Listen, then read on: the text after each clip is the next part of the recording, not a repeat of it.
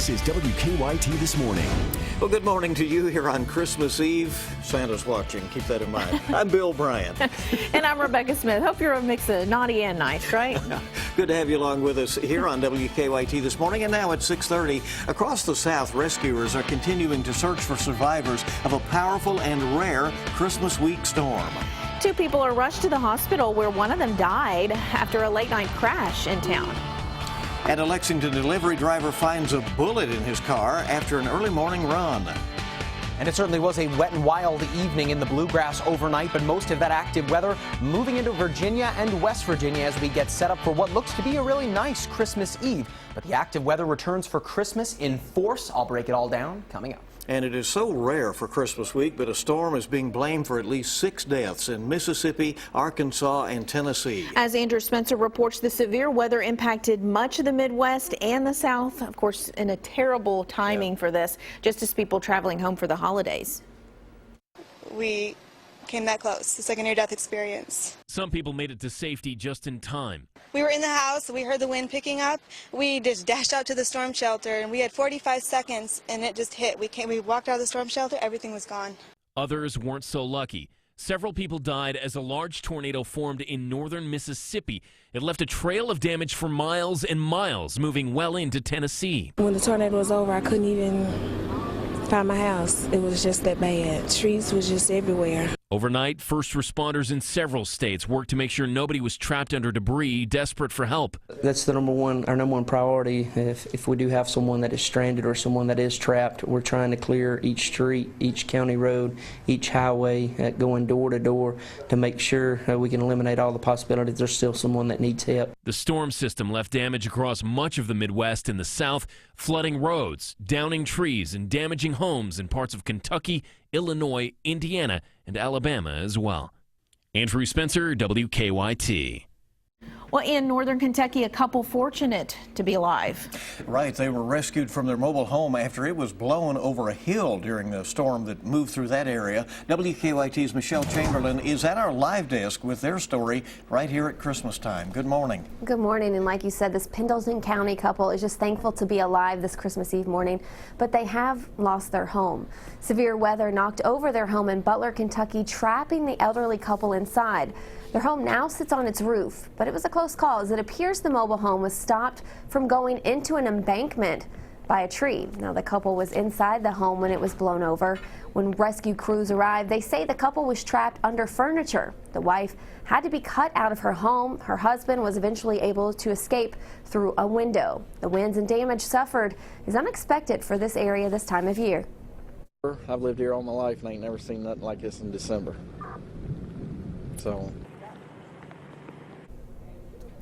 Scary situation there, but thankfully the couple only suffered minor injuries. At the live desk, Michelle Chamberlain, WKYT.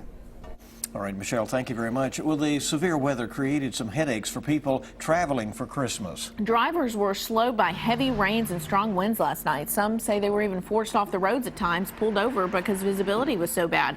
Kentucky's Director of Emergency Management says it's important for folks to be alert when driving out in bad weather. Be alert to your surroundings. The key is if you're on the highway, be alert to the conditions. If the conditions worsen, find an exit. Although this type of weather unusual for this time of year, Dossett says it's important for drivers to always be careful, especially when driving during the holidays. Well, a stretch of I-75 in Madison County is back open this morning after an early morning crash. Several semis were involved in the non-injury crash near mile marker 95 near the Fayette County line. The northbound lanes were shut down for a couple of hours.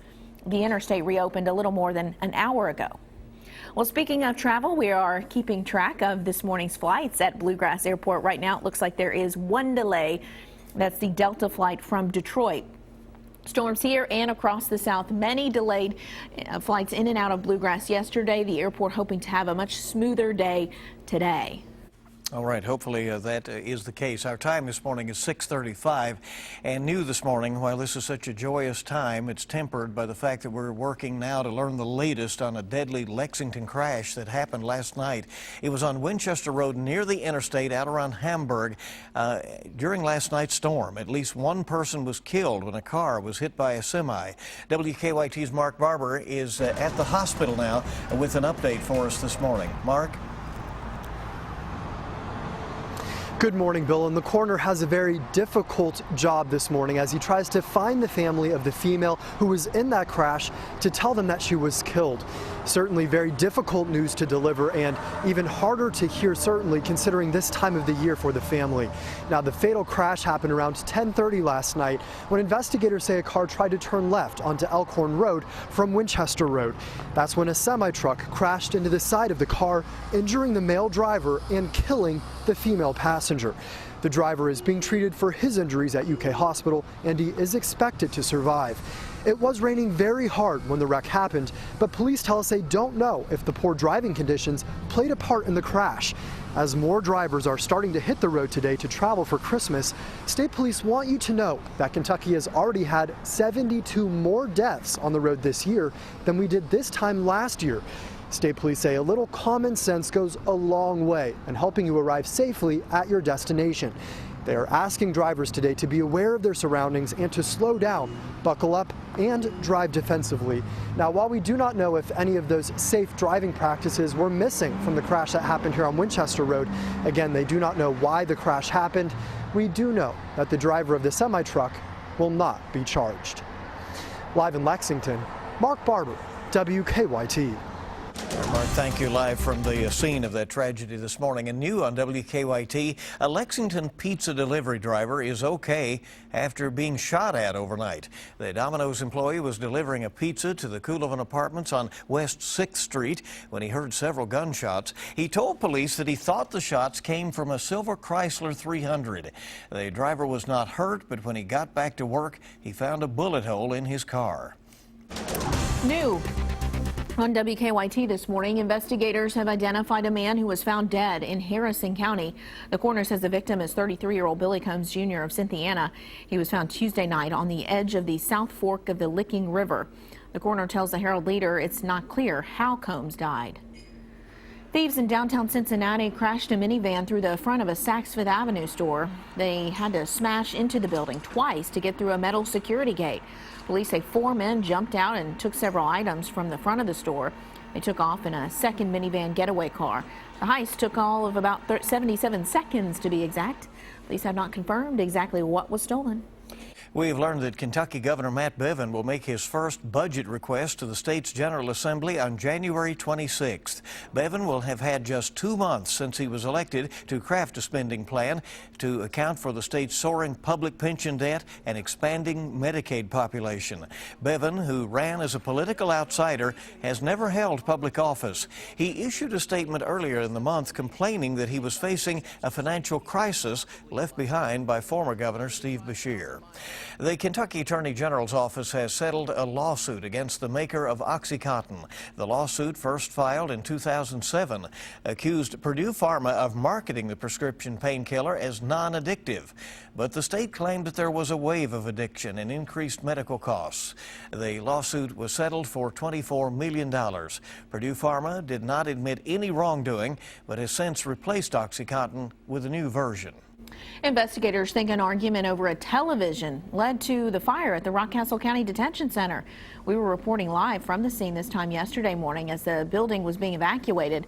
Most inmates were moved to the Laurel County Jail. Investigators say the jail could be closed for weeks while crews clean up smoke and water damage. And they say it was all apparently over the disagreement over what to watch. What to watch on TV, right. Yeah. Well, the annual rivalry is renewed Saturday. The Kentucky Wildcats will look to bounce back from their loss to Ohio State with a victory, they hope, over the Cardinals. It's a high noon game, right? Brian Milam is in our studio now with some pregame comments from Coach Cal and the players. Brian. The Kentucky Wildcats have had by far the better end of the rivalry in recent years with U of L, but the Cats go into this one coming off a loss to Ohio State. John Calipari gave his team a 4-day break, but the players were back at practice last night. Cal has a lot of newcomers on this roster who may not realize the intensity of the rivalry. I don't know if they will. I mean, we've got guys that probably don't know that part of it. You know, the Kentucky kids do, but the other kids know that, hey, they're a ranked opponent, they're playing really good, and we're going to have to play well to win. If we don't play well, it's going to be a really, really hard game for us. It's a rivalry to me. I know how big it is. Some other guys probably don't really know what it means, but we're just going to take it one game at a time, just like any other game. All right, and a big reminder for you that coverage on WKYT will begin with Wildcat warm-up at 11:30. That'll be on Saturday, of course, followed by the game. Again, it is at high noon. It should be exciting.